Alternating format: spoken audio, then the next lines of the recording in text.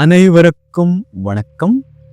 உபநிடதம் கூறுகிறது, தத்ர பரா ரிக்வேதோ யஜுர்வேத சாமவேதோ அதர்வேத சிக்ஷா கல்போ வியாக்கரணம் நிருக்தம் சந்தோ ஜோதிஷ்மிதி அத பராயயா ததக்ஷரம் அதிகம்யதே. இதன் பொருள் வேதங்களை படிப்பதும் சடங்களை செய்வதும் நன்மை செய்வதும் அறிவின் கீழ வடிவமாகும்.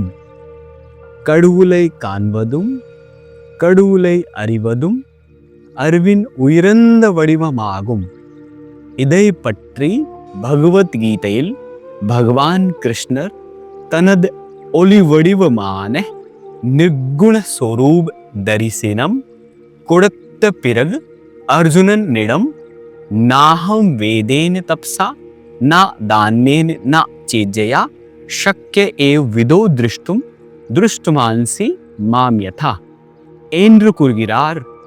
இதன் பொருள் வேதங்களை படிப்பதாலோ தவங்களை செய்வதாலோ கடவுளை பார்க்க முடியாது.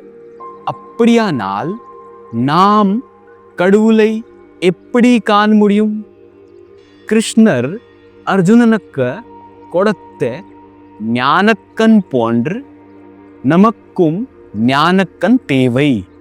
இக்காலத்தில் சத்குருவின் அருளால் ஒரு சீடர் ஞானக்கண் பெற்ற கடவுளை காண முடியும்.